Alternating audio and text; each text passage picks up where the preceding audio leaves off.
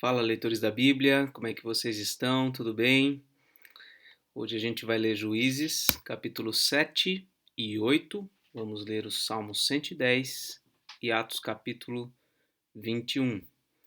Vamos orar? Senhor nosso Deus e Pai, te agradecemos por ter nos trazido até aqui, Senhor. Podermos ter lido a tua palavra até o ponto em que chegamos, Pai. Uma vitória realmente. E pedimos tua bênção na continuação dessa leitura até o final, Senhor, que possamos, com a tua ajuda, cumprir esse propósito, Pai. Há dias mais fáceis, há dias mais difíceis, mas não queremos desanimar, não queremos, ó Deus, abandonar esse projeto, porque acreditamos na eficácia da tua palavra e no poder que ela tem, ó Deus, de nos transformar, de nos ensinar. Que o Senhor, ó Deus, nos auxilie em tudo, Pai. Oramos em nome de Jesus. Amém. Vamos então à leitura de Juízes 7. A gente viu já no início da história de Gideão. Gideão é um dos libertadores, foi chamado para poder livrar o povo de Israel dos midianitas. Já vimos o chamado dele, vimos Deus orientando ele em algumas coisas, e no capítulo 6 a gente viu no final agora os sinais que ele pede para saber se de fato Deus está com ele, né? E eu já mencionei aqui, vou repetir algumas vezes, Juízes não é o modelo de como nós devemos tratar com Deus as coisas. Pelo contrário, é uma exceção à regra. É uma narrativa de Deus agindo em favor do seu povo, levantando homens falhos, e mesmo agindo de forma errada, equivocada, por vezes Deus é misericordioso e atende ao seu povo, né? Louvado seja Deus por isso. Vamos ler então? Então Jerubaal, isto é, Gideão, se levantou de madrugada e todo o povo que com ele estava, e acamparam junto à fonte de Arode, de maneira que o arraial dos midianitas ficava ao norte deles, no vale perto do monte Moré. O Senhor disse a Gideão: É demais o povo que está com você para eu entregar os midianitas nas suas mãos. Israel poderia se gloriar contra mim, dizendo: A minha própria mão me livrou. Portanto, anuncie ao povo o seguinte: quem estiver assustado e com medo, saia da região montanhosa de Gileade e volte para casa. Então 22.000 homens voltaram e 10.000 ficaram. Então Gideão tinha 32.000 homens com ele. Deus chega para ele e fala o seguinte: se esse povo todo for guerrear, é capaz deles acharem que foi por causa deles.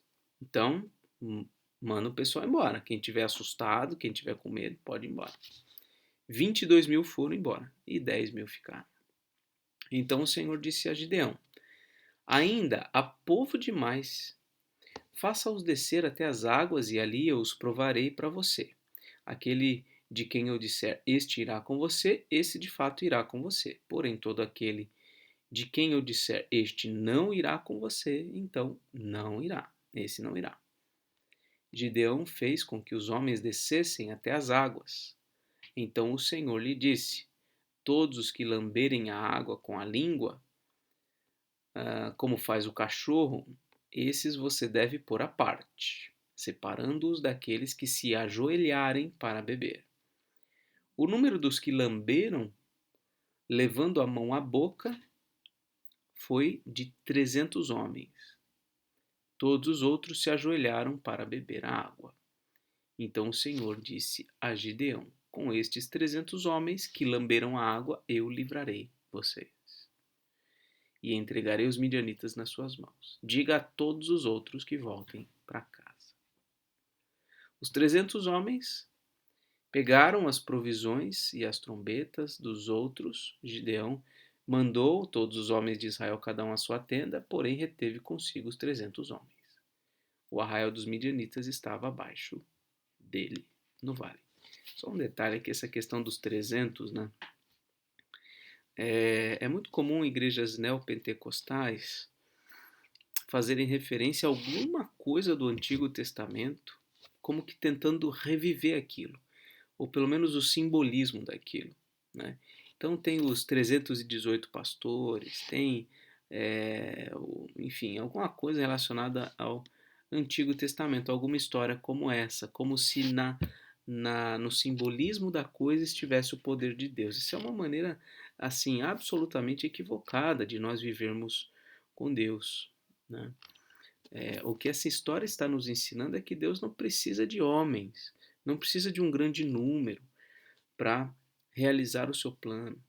Deus quer usar homens específicos, bem preparados para cumprir a sua vontade, né? Então não há nenhum simbolismo no número 300 ou em qualquer outra coisa que possa, por exemplo, eu lembro sempre da questão das 7 voltas que deram ao redor de Jericó, e aí hoje em dia, né, acontece vez ou outra de fazerem 7 voltas em torno de alguma coisa e tal, ou alguma coisa nesse sentido, não está correto. Naquela mesma noite, o Senhor lhe disse: Levante-se e ataque o arraial, porque eu o entreguei nas suas mãos. Se você ainda estiver com medo de atacar, desça ao arraial com o seu ajudante Pura e ouça o que eles dizem. Então você ganhará coragem e atacará o arraial. Olha como Deus é misericordioso, né? Ele está vendo que Gideão ainda não está muito confiante. Deus está falando diretamente com ele e ele não está confiante.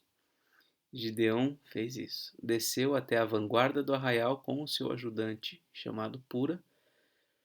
Os midianitas, os amalequitas e todos os povos do Oriente cobriam o vale como uma nuvem de gafanhotos, quer dizer, um povo extremamente numeroso, e Gideão apenas ali com os 300 homens. Os camelos deles eram uma multidão inumerável, como a areia que está na praia do mar. Quando Gideão se aproximou, eis que certo homem estava contando um sonho ao seu amigo. Então ele chegou ali para tentar ouvir alguma coisa. E o sonho era o seguinte: tive um sonho, eis que um pão de cevada vinha rolando dentro do arraial dos midianitas. Bateu contra a tenda, de maneira que esta caiu. Se virou para cima, para baixo e ficou estendida no chão. O amigo respondeu: Isso não é outra coisa a não ser a espada de Gideão, filho de Joás, homem israelita. Deus entregou nas mãos dele os midianitas e todo este arraial. Quando Gideão ouviu o relato desse sonho e o seu significado, adorou a Deus. Voltou para o arraial de Israel e disse: Levantem-se, porque o Senhor entregou o arraial dos midianitas nas mãos de vocês. Olha só. Olha a incredulidade de Gideão. Ele precisou ouvir um sonho, na verdade, uma interpretação do sonho, para se sentir encorajado. Deus já tinha feito sinais, Deus já tinha falado diretamente com ele. Veja o tamanho da incredulidade, da desconfiança de Gideão. E por incrível que pareça, Gideão vai aparecer lá na galeria da fé, em Hebreus 11. Não é, assim, impressionante? Eu fico impressionado, a história de Gideão realmente me impressiona. Como outras histórias também, de como homens falhos, homens assim medrosos são usados por Deus. Olha para a história de Moisés. Moisés, ele tentou se safar da missão de todo jeito. Quando Deus falou com ele na sarça,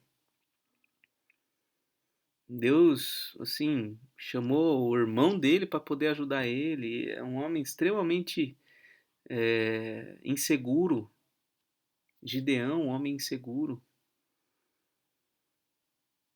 Deus mostra com isso que ele não depende da força dos homens, ele não depende da coragem dos homens. Ele tampouco depende da fé dos homens para realizar os seus propósitos.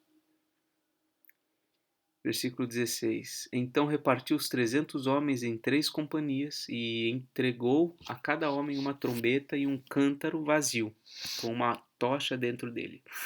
E disse-lhes: Olhem para mim e façam como eu fizer. Quando eu chegar às imediações do arraial, assim como eu fizer, façam vocês também. Quando eu tocar a trombeta e todos os que comigo estiverem, então vocês também tocarão a trombeta ao redor de todo o arraial e dirão: Pelo Senhor e por Gideão. Porque todo mundo já conhecia Gideão. Então, por Iavé, que é o nome hebraico de Deus, traduzido como Senhor, por Iavé e por Gideão. Versículo 19. Gideão e os 100 homens que estavam com ele chegaram às imediações do arraial por volta da meia-noite, pouco tempo após a troca das guardas. Tocaram as trombetas e quebraram os cântaros que tinham nas mãos.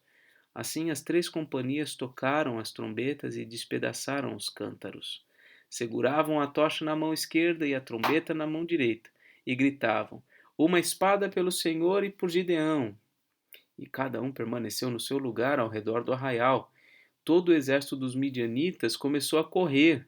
Olha só, o pessoal que estava com Gideão permaneceu no seu lugar.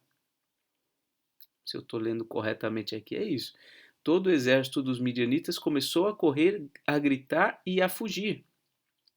Ao soar das 300 trombetas, o Senhor tornou a espada de um contra o outro, e isto em todo o arraial, que fugiu na direção de Zererá, até Bet-sita, até a divisa de Abel-meolá, perto de Tabate. Então os homens de Israel, de Naftali, de Aser e de todo Manassés foram convocados e perseguiram os midianitas. Gideão enviou mensageiros a todas as montanhas de Efraim, dizendo: Desçam para atacar os midianitas e impedir que eles passem pelas águas do Jordão até Bet-bara. Assim todos os homens de Efraim foram convocados, e eles cortaram a passagem dos midianitas pelas águas do Jordão até Bet-bara, e prenderam 2 príncipes dos midianitas, Oreb e Zeeb. Mataram Oreb no rochedo de Oreb e mataram Zeeb no lagar de Zeeb. Perseguiram os midianitas e trouxeram a cabeça de Oreb e a cabeça de Zeeb a Gideão do outro lado do Jordão. Continuando, capítulo 8. Então os homens de Efraim disseram a Gideão: Que é isto que você fez conosco, não nos chamando quando foi lutar contra os midianitas? E discutiram fortemente com ele. Porém ele lhes disse: Que mais fiz eu agora do que vocês? Não é fato que os poucos cachos de uvas deixados por Efraim são melhores do que toda a colheita de Abiezer? Deus entregou nas mãos de vocês os príncipes dos midianitas, Oreb e Zeeb. O que pude eu fazer em comparação com o que vocês fizeram? Depois de ele dizer isso, abrandou-se a ira deles contra Gideão. Quando Gideão chegou ao Jordão, passou com os 300 homens que com ele estavam, cansados, mas ainda perseguindo os inimigos, e disse aos homens de Sucote: Por favor, deem alguns pães para estes que me seguem, pois estão cansados. E eu vou ao encalço de Zeba e Salmuna, reis dos midianitas. Porém os chefes de Sucote disseram: Será que você já tem Zeba e Salmuna em seu poder, para que demos pão ao exército que está com você? Então Gideão disse: Por isso, quando o Senhor entregar Zeba e Salmuna nas minhas mãos, rasgarei a carne de vocês com espinheiros e outras plantas do deserto. Eita. Gideão pediu pão lá para os homens de Sucote. Sucote, eu não sei qual é a tribo aqui. Ele pediu pão para alimentar o pessoal que estava com ele, e eles negaram. A pergunta que eles fizeram no versículo 6, né, é uma pergunta que nega: olha, você não terminou a guerra, ainda como é que a gente vai dar pão para o seu exército? Aí ele falou: bom, então quando o Senhor me entregar esses 2 que estão faltando ainda, eu vou rasgar a carne de vocês.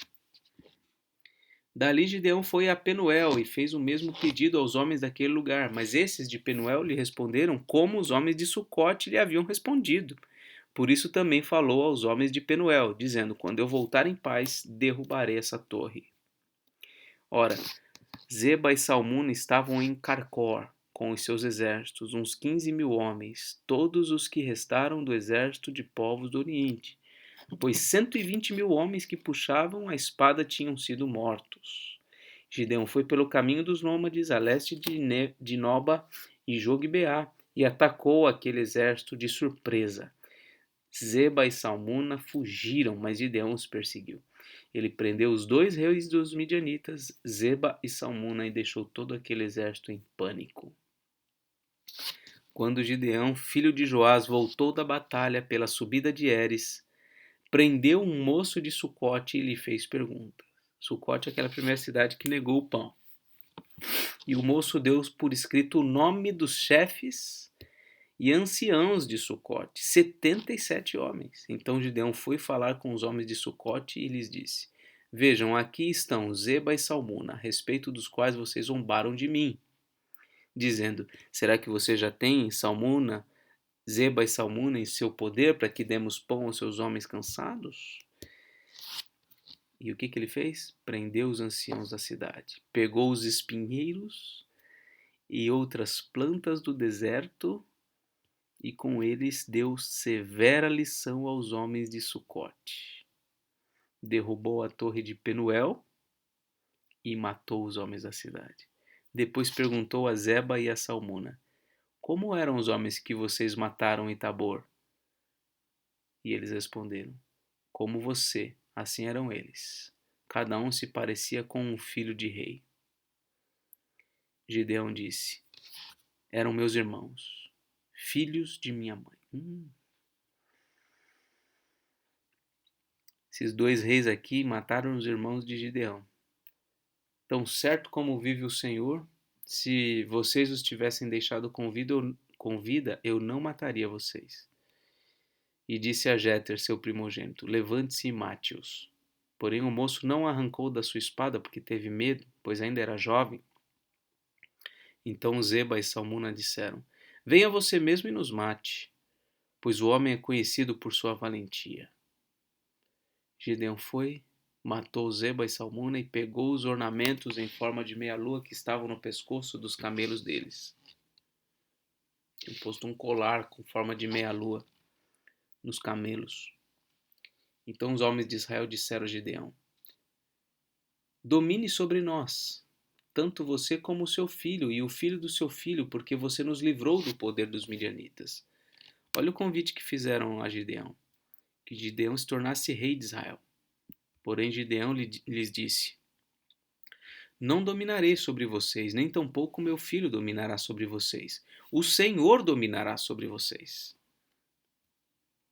E Gideão continuou: mas quero fazer um pedido, que cada um de vocês me dê as argolas do seu despojo. É que os midianitas tinham argolas de ouro, pois eram ismaelitas. Olha só, os midianitas eram ismaelitas. Então eles responderam: de bom grado as daremos. E estenderam uma capa, e cada um deles colocou ali uma argola do seu despojo. O peso das argolas de ouro que pediu foi de uns 20 quilos de ouro, sem contar os ornamentos em forma de meia-lua, os pendentes e as roupas de púrpura que os reis dos midianitas usavam, e sem contar os ornamentos que os camelos traziam ao pescoço. Disso Gideão fez uma estola sacerdotal e a pôs na sua cidade em Ofra. E todo Israel se prostituiu ali adorando essa estola. Olha só. E isso veio a ser um tropeço para Gideão e sua casa. O Gideão pediu as coisas de ouro lá, as argolas e tudo mais, fez uma estola sacerdotal. O que ele tinha que se meter a fazer uma estola sacerdotal? E aí o povo de Israel foi lá adorar essa estola sacerdotal. Olha o nível de idolatria, de perversidão que esse povo estava vivendo. Assim os midianitas foram subjugados pelos filhos de Israel e nunca mais levantaram a cabeça, e a terra ficou em paz durante 40 anos nos dias de Gideão. Então Gideão foi muito usado por Deus, de fato. Ali ele foi muito poderoso, né, naquela guerra contra os midianitas, mas a gente vê que o povo realmente está assim numa situação indescritível. Jerubaal, filho de Joás, retirou-se e ficou morando em sua casa. Gideão teve 70 filhos, todos provindos dele, porque tinha muitas mulheres. A sua concubina, que morava em Siquém, lhe deu também à luz um filho, e ele lhe deu o nome de Abimeleque. Gideão, filho de Joás, morreu em boa velhice e foi sepultado no túmulo de Joás, seu pai, em Ofra, cidade da família de Abiezer. Depois que Gideão morreu, o que aconteceu? Os filhos de Israel voltaram a se prostituir com os Baalins e puseram Baal-Berite por Deus. Os filhos de Israel não se lembraram do Senhor, seu Deus, que os havia livrado do poder de todos seus inimigos ao redor. Também não usaram de bondade com a casa de Jerubaal, a saber, Gideão, segundo todo o bem que ele tinha feito a Israel. Então, apesar dele ter sido um rei, olha, um libertador para Israel, um grande líder em Israel, o povo não o honrou, não honrou seus filhos e incorreram em gravíssima idolatria. Triste, triste. Deus sendo paciente, misericordioso com um povo idólatra. Essa é a história de Israel. Não só aqui. É o que vai acontecer muitas vezes em épocas bem posteriores a essa também. Vamos agora ao Salmo 110, Salmo de Davi. Esse Salmo 110 foi mencionado num dos discursos de Atos que a gente leu, discursos de Pedro, se não me engano. Também Jesus menciona algum versículo desse salmo. É um salmo bem curto, se eu não estou enganado. Isso, bem curtinho. Disse o Senhor ao meu Senhor. Disse o Senhor Yahvé ao meu Senhor. Talvez aqui Elohim ou Adonai. Ixi, agora não vou conseguir ver. Sente-se à minha direita, até que eu ponha os seus inimigos por estrado dos seus pés. O Senhor lhe enviará de Sião o cetro do seu poder, dizendo: domine entre os seus inimigos. O seu povo se apresentará voluntariamente no dia em que você manifestar o seu poder, com santos ornamentos. Com o orvalho do alvorecer virão os seus jovens.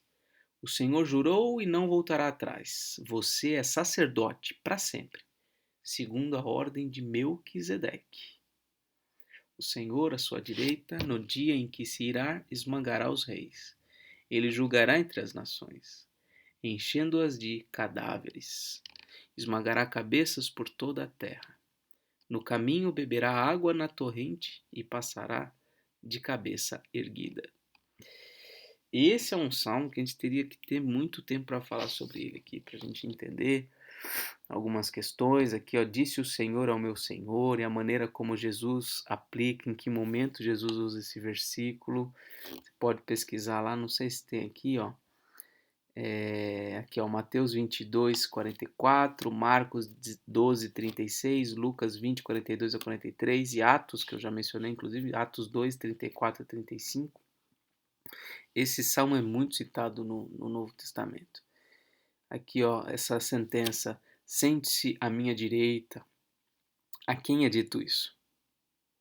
Efésios 1:20, Colossenses 3:1, Hebreus 1:13 e Hebreus 8:1 e Hebreus 10:12 a 13.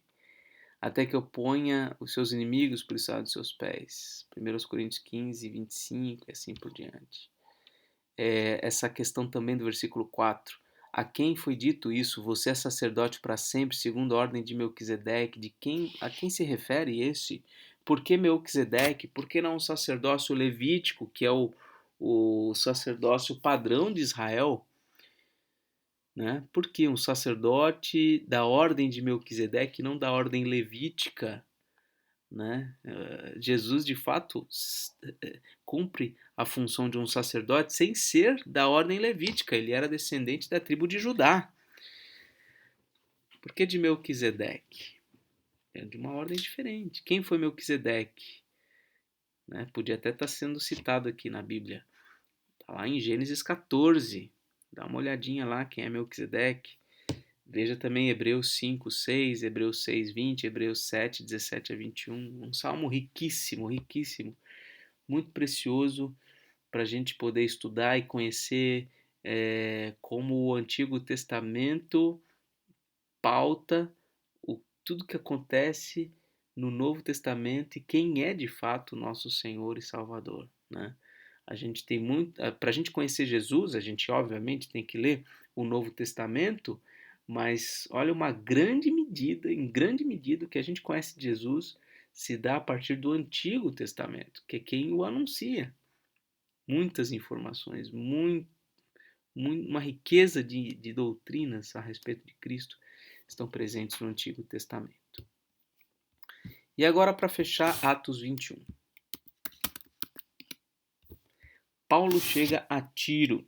Ele teve aquela conversa com os presbíteros de Éfeso, lá em Mileto, e agora segue dizendo: depois de nos separarmos deles, navegamos diretamente para a ilha de Cós.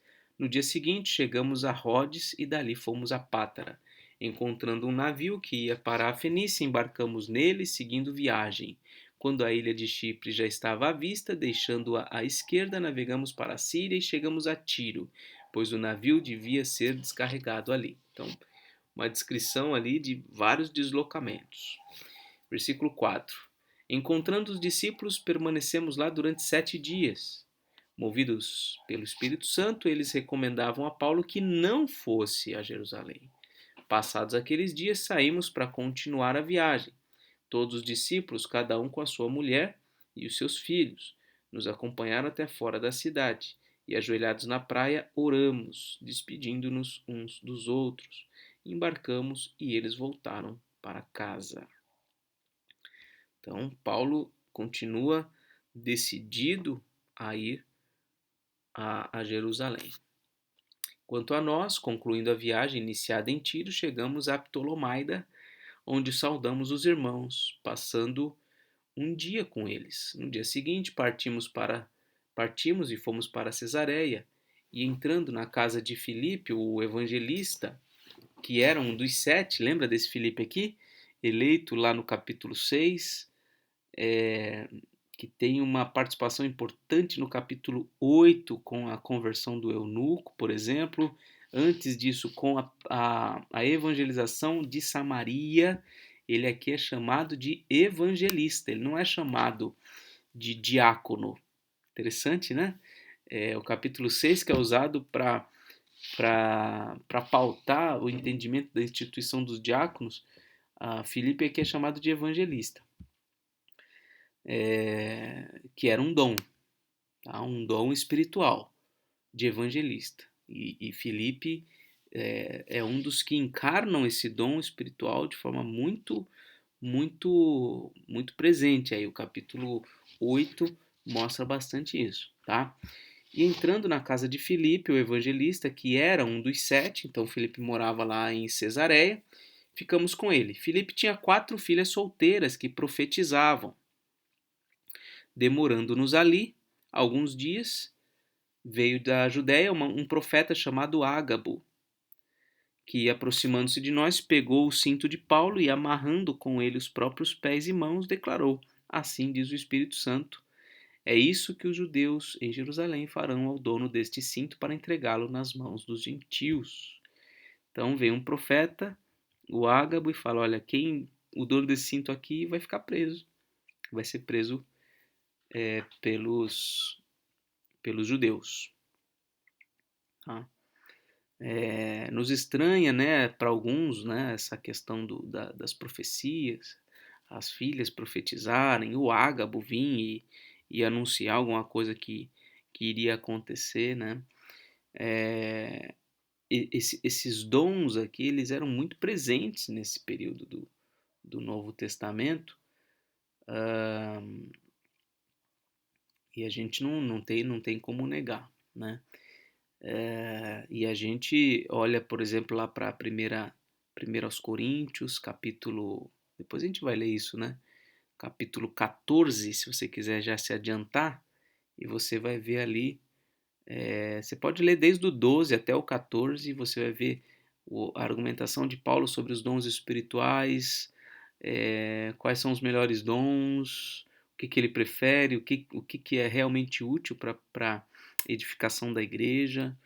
Então, isso é importante também, tá bom?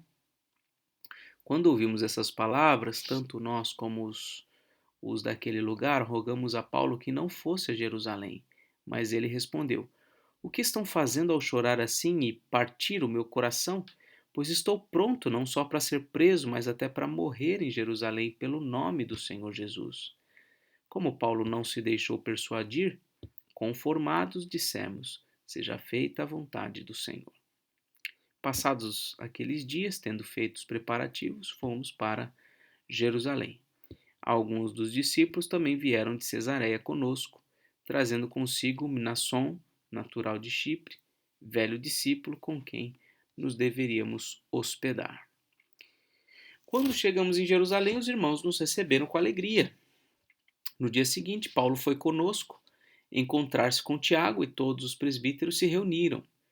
E tendo-os saudado, contou em detalhes o que Deus tinha feito entre os gentios por seu ministério. Ouvindo isso, eles deram glória a Deus e lhe disseram, os presbíteros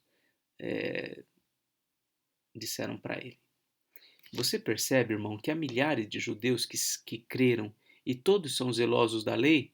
Eles foram informados que você ensina todos os judeus entre os gentios a apostatarem de Moisés, dizendo-lhes que não devem circuncidar os filhos, nem andar segundo os costumes da lei. Que faremos então? Certamente saberão que você já chegou. Faça, portanto, o que vamos dizer. Estão entre nós 4 homens que voluntariamente fizeram um voto.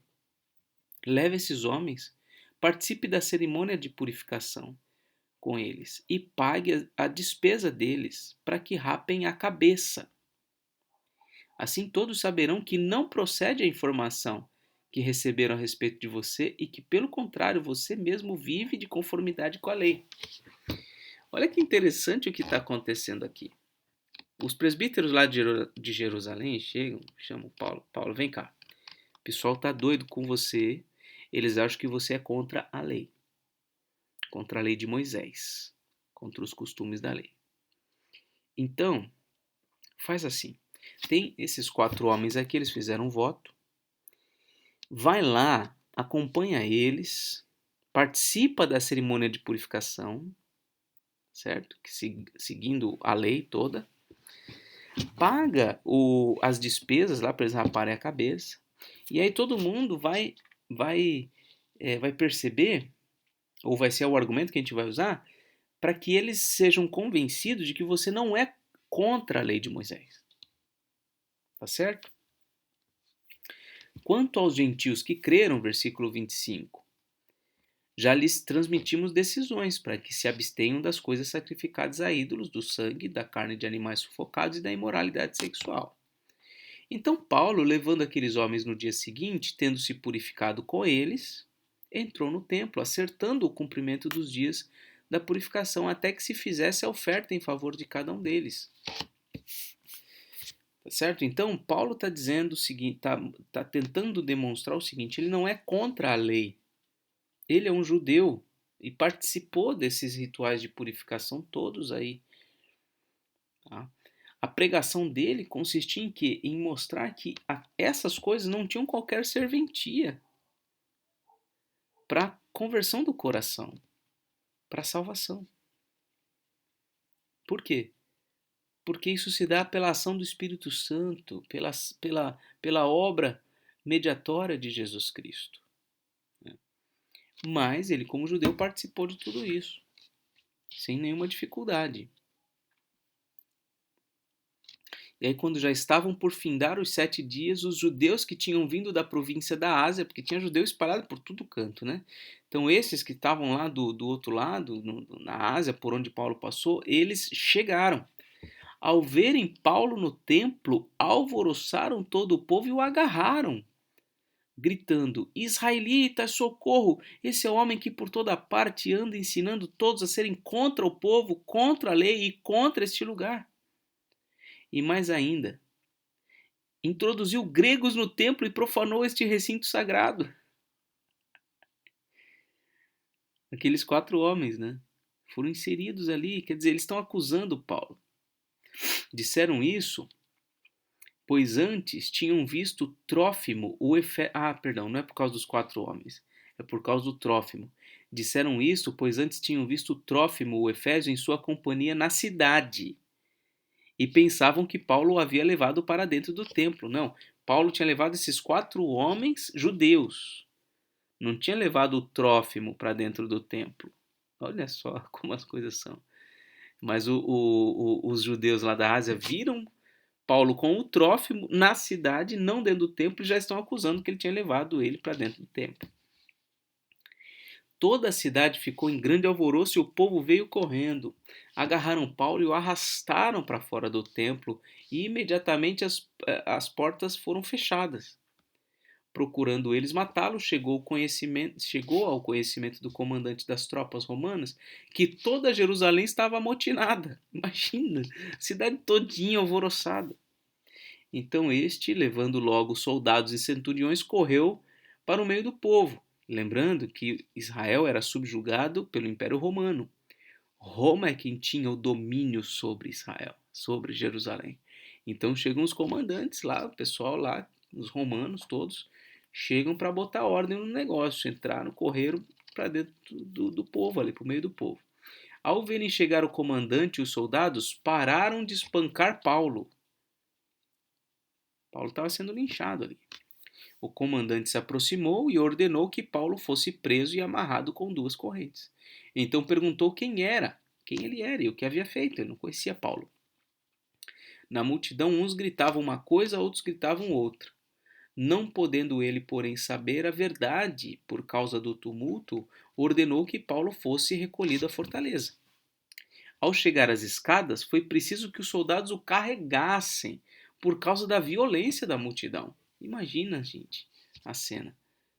Pois a massa de povo o seguia gritando: mate-o. E quando Paulo ia sendo recolhido à fortaleza, disse ao comandante: seria possível dizer algo para o Senhor? O comandante respondeu: você sabe grego? Você não é por acaso aquele egípcio que algum tempo atrás começou uma revolta e levou 4.000 guerrilheiros para o deserto? Paulo respondeu: eu sou judeu, natural de Tarso, uma importante cidade da Cilícia, e peço ao Senhor que me permita falar ao povo. Obtida a permissão, o homem deixou. Paulo, em pé na escadaria, imagina ele talvez sangrando, todo machucado, fez com a mão um sinal para o povo, algum sinal que o povo entendesse que ele queria falar. Fez-se grande silêncio e ele falou em língua hebraica. Paulo era terrível, ele era todo preparado mesmo, né? Ele falava o grego, ele falava o hebraico, ele falava todas as línguas ali que desse para falar. E aí a gente vai ler o que ele disse no capítulo 22, tá certo? E assim a gente termina a nossa leitura de hoje. Depois de tanto tempo, vamos fazer aqui as marcações, ok? Que Deus te abençoe, um forte abraço e até mais, se Deus quiser. Ops, até esqueci como faz para parar o vídeo. Calma aí.